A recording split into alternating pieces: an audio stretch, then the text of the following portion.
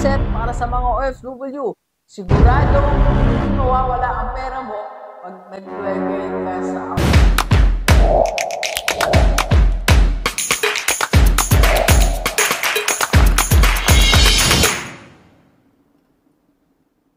Okay, Delivers. Usapang OFW tayo. Paano nga ba tayo bumuo ng long-term assets? Yes. Sa lahat ng mga OFW, tandaan natin, kahit nasa abroad ka, pwede ka pa rin bumuo ng asset. Para pagdating sa dulo, pag-uwi mo, pag-retired ka na, meron tayong pera. Meron tayong income na dumarating. So, paano natin gagawin? Meron ako dito mga halimbawa na pwede kang pumili kahit isa o dalawa o tatlo na doable para sa'yo. Kaya, let's go. Unang-una na pwede natin gawin na asset, long term, ibig sabihin lahat po na babanggitin ko at least 3 to 5 years gagawin to or more than 5 years. Una po, cash na 100K. Yes, ang 100K na cash na hawak mo nasa bank na 100K, isa po yung asset. Kasi pag nagkaroon ka ng 100K, pwede mo nang simulan ang negosyo mo dito sa Pilipinas. Pwede ka nang umuwi. Yung nga pong isang kinotes ko, taga-Japan siya, alam mo magkano pinag-usapan namin? 50,000 na na-save niya. Gusto niya magkaroon ng negosyo dito sa Pilipinas. Kaya kung ikaw may 100K, pwede mo na ipang negosyo sa Pilipinas o marami ka nang pwedeng gawin bilang panimula na gamitin mo yung 100K na yan. Okay? So, paano nga ba natin to gagawin in a long term?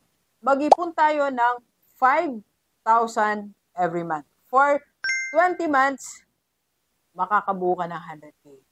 Long term. Ibig sabihin po, bibilang tayo ng 20 months para magkaroon ka ng 100K. Pero that 100K, again, is an asset. Number 2, start ka ng backyard farming with your family. Yung pamilya mo sa Pilipinas, pabayaan mo silang magkaroon ng backyard farming. Yung mga nasa province, of course, baka meron kang lupa na binili. Pasimula mo yung backyard farming.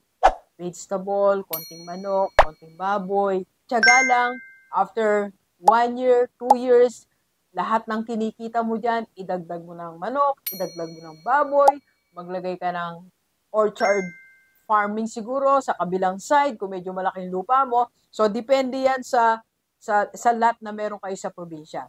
Pero sinasabi ko po, pag tinaga natin ang backyard farming, in 3 to 5 years, magbibigay sa iyo yan ng income. It's an asset. Nakukultivate ang lupa mo, nagagawa ang process, and nagkakaroon ka ng solid na products. Alright? And number 3 po, lupa. Investment sa lupa. Lahat ng mga nasa abroad, sabi ko nga po, pwede kang magsimula kahit isa munang lupa. Pero hindi ko sinasabi na bili ka ng bili ng lupa. May vlog kasi tayo, huwag kang bili ng lupa. Kasi naman, ang mga kapatid natin, kaibigan nating OFW, bili ng lupa, walang emergency fund. Walang cash na available. Meron nagpa-quote sa akin, meron siya 5 lupain, taga Bicol po siya. Sabi niya, Doc, pero wala akong hawak na pera. Huwag naman, di ba? Paisa-isa lang. Mag-start ka ng isa, pero make sure meron kang emergency fund, may nakatago kang cash para in case of emergency, may gamitin ka at ang family mo. So, ito po ang ating na-research. Okay? Pag meron kang lupa, for 0 to 2 years, very minimal ang taas ng value ng lupa. Pero after 3 to 5 years, 10 to 20% ang taas po ng value niyan, depende sa local development sa lugar nyo. And for 5 to 10 years naman, 50% to 100% po ang increase ng investment mo pag nagawa yung mga kalsada, di ba? Napapansin natin sa mga probinsya, ang laki na ng mga development sa province ngayon. Nagkakaroon ng mga tulay, nagkakaroon ng mga daan, tumataas ang value ng lupang binili mo. And kung maghintay ka naman ng 10 years pataas, ang value po niyan pwede mag 2 times or 5 times kung yung area po ay nagiging urbanized. Dito po sa amin, barangay lang po to Barangay Kulis, katabi namin ng Palihan. Few years ago, nagkaroon kami dito ng factory. Kaya meron kami dito McDo, Jollibee, Chowking. Sunod-sunod po yan, magkakatabi. Dunkin, tapos nagkaroon kami ng palengke, madaming establishment. So, naging maunlad ang lugar namin. Kaya tumaas ang value ng lupa dito malapit sa amin. Alright? So, kung ikaw ay isang OFW, Isang lupa ang project mo. Then, nag-increase ang value. Long-term asset. And number 4, apartment rental. Mag-start sa 3, then maging 4, maging 5, maging 6, 10 years. Pag-uwi mo dito, meron kang passive income. Meron po kaming kapitbahay, nag-abroad po siya for how many years. Ngayon, alam mo ba, isa sa pinagkukuhanan niya ng pera, ang naipundar niya pong 3 yata or 4 na apartment. Long-term asset para sa mga OFW.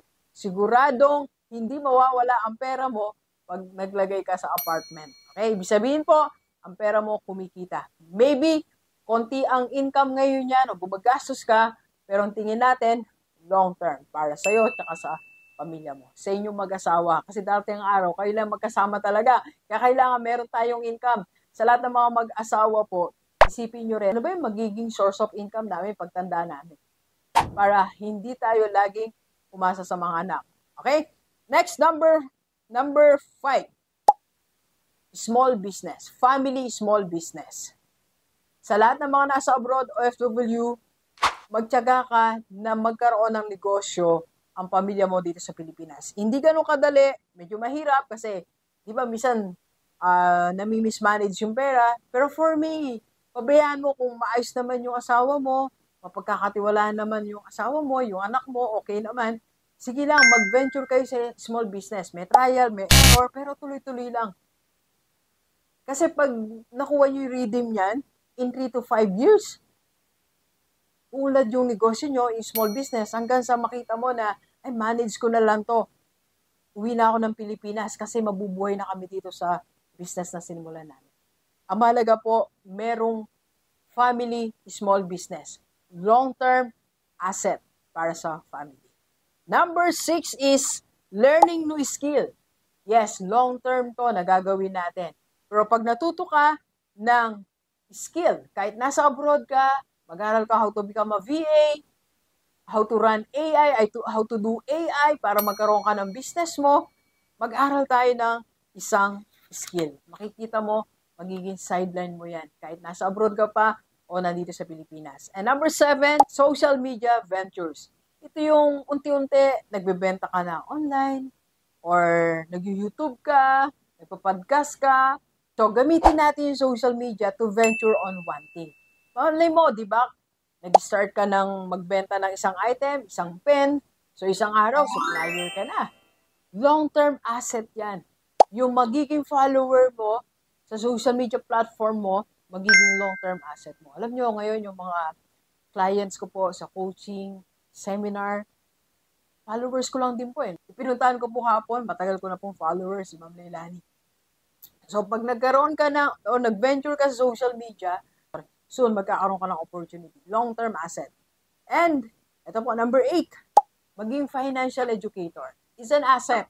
This one, pag natutunan mo, ginawa mo, magiging side income mo or magiging full-time business mo na to.